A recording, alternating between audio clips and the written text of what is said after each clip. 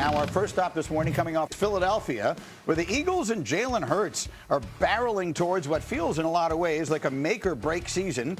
You may have seen this article that was posted yesterday by Tim McManus and Jeremy Fowler detailing a variety of issues between Hurts and the team.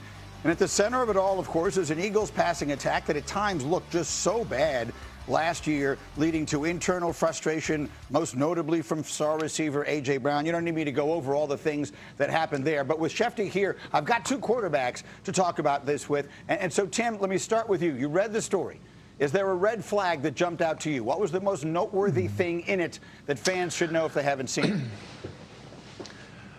Well, I mean, I guess the number of people in Philadelphia that are willing to talk, poorly about Jalen Hurts, I would start with that's probably the biggest thing. And then I would say this, in there, it kind of talks about Hurts having strong suggestions or feelings about, the plays that called and even influence on, what ultimately gets called.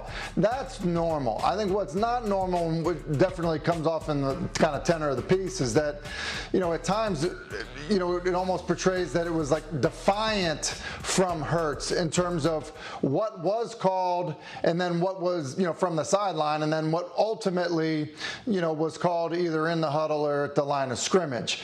That's different, especially for a guy that is his stage of his career. And then also a guy who's never thrown more than 25 touchdown passes in a season. Like that's to me, I think what's a little bit unique in this situation in Philadelphia. Jordan, what do you, as you were reading that thing, and I think the point should be made, and I'll let you make it, about how this guy is learning a different language every single year, basically going back a decade.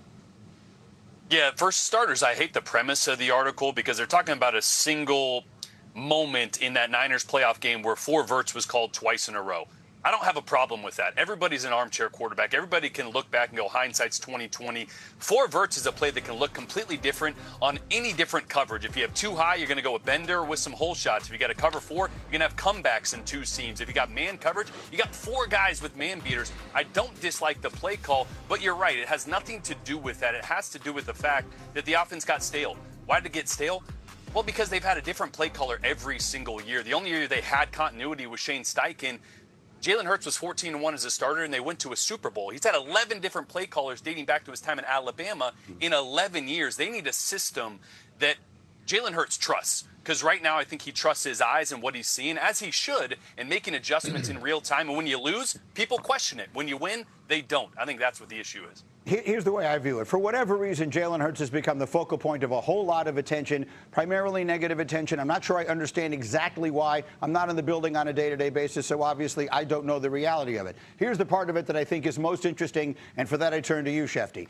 Whatever is going on with him and A.J. Brown, right. The question is, does it come to a head? You watched them play last year. I found myself thinking, there's no way A.J. Brown is still on the Eagles next year. Well, every day that goes by, we're getting closer and closer to next year. So what should we be thinking? Well, Tim mentioned the number of people in Philadelphia speaking about Jalen Hurts is alarming. The number of people speaking at ESPN about Tim Hasselbeck also alarming. But we go on and talk about A.J. Brown moving forward into the future. Fair. And when it comes to A.J. Brown, here's the situation. Everybody's pointed to his relationship with Jalen Hurts, how that's been impacted. And it's a situation where I think people still believe a trade is in play. But the Eagles don't want to make that trade until after June 1st because of the cap ramifications. We are on April 2nd. Between April 2nd and June 1st, a lot can change. The one team that has continually been interested in A.J. Brown is the New England Patriots. And we don't know whether the Patriots are going to draft a wide receiver in the draft 3 weeks from tonight. We don't know if they're going to add another wide receiver. We don't know if their need will be different, but we do know that Mike Vrabel has openly talked about A.J. Brown, would love to have him. And the Eagles have been open, if they get the right offer, to moving A.J. Brown. So will that happen 2 months from now?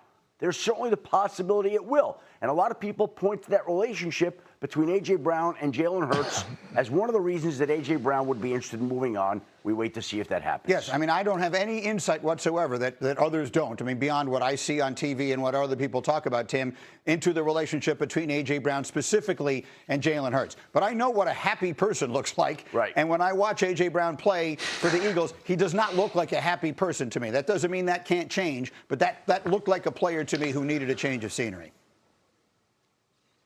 Yeah, well, and it certainly feels like it. Look, when you look at his production, how good of a player he is, the fact that he's under contract and what wide receiver contracts look like.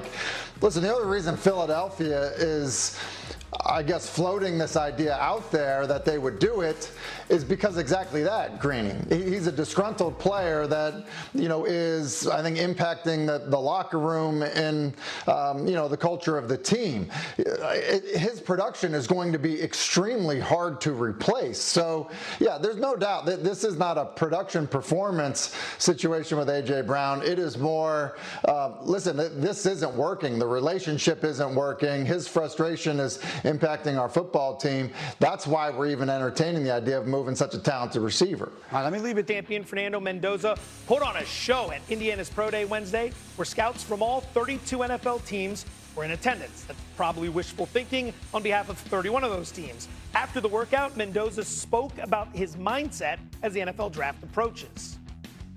I wouldn't really say that I have the mentality of trying to be the top pick. I'm just trying to be the best me possible. And in that aspect, whatever team picks me, you only need one team to believe in you, whether you're the first pick, whether you're the last pick, whatever. And in that, I'm just trying to be the best quarterback I can be in September rather than right now here in April. Say good morning to senior NFL insider Adam Schefter. Adam, earlier in the show, we heard from Louis Riddick where he said Fernando Mendoza checked all the boxes and is an A+. What has been the league's reaction to Mendoza's pro day yesterday? Well, first of all, who's not trying to be the best me possible, like Fernando Mendoza? But he was the best version of himself yesterday during the pro day workout, which just solidified his standing as the #1 overall pick in the draft. He's expected to meet next week with the Las Vegas Raiders in person in Las Vegas. All 32 teams were there to watch him throw yesterday, and he has developed into the #1 pick in the draft. You saw the long ball yesterday on display. You saw the big arm. We know the types of hits that he can take. And right now, with the NFL draft looming 3 weeks from tonight in Pittsburgh, we expect that Fernando Mendoza will be the first name off the board that night in Pittsburgh. Elsewhere in the NFL, last night, you reported on Rams star wide receiver Puka Nacua being in rehab. What more can you tell us about the situation? Well, his attorney told the California Post he's been there for a while, and he is expected to be there a while longer. The Super Bowl wrapped up, obviously, in February. Puka Nacua was there, and it sounds like shortly thereafter, he entered a rehab center in Malibu. Now, he has been involved in off-the-field issues since the season ended. There was an incident on New Year's Eve in which a civil suit was filed. He obviously is dealing with a lot of issues right now, and the Rams have said that they are concerned about Puka, the person, and they want to get him straightened out and make sure everything is working right in his world. Once they can get that handled, they'll move on to the business of football. The business of football, at times, is expected to include a contract in the future for Puka. The Rams would like to get there, but right now they're more concerned with him being in that rehab center in Malibu, getting the attention and help that he has needed, that he's been in there for a while. He'll be there a little while longer. And obviously, everybody's hoping for the best for Puka Nacua. Well said by the Rams, well said by Adam Schefter. Thank you very much, Adam. Thank you. All right.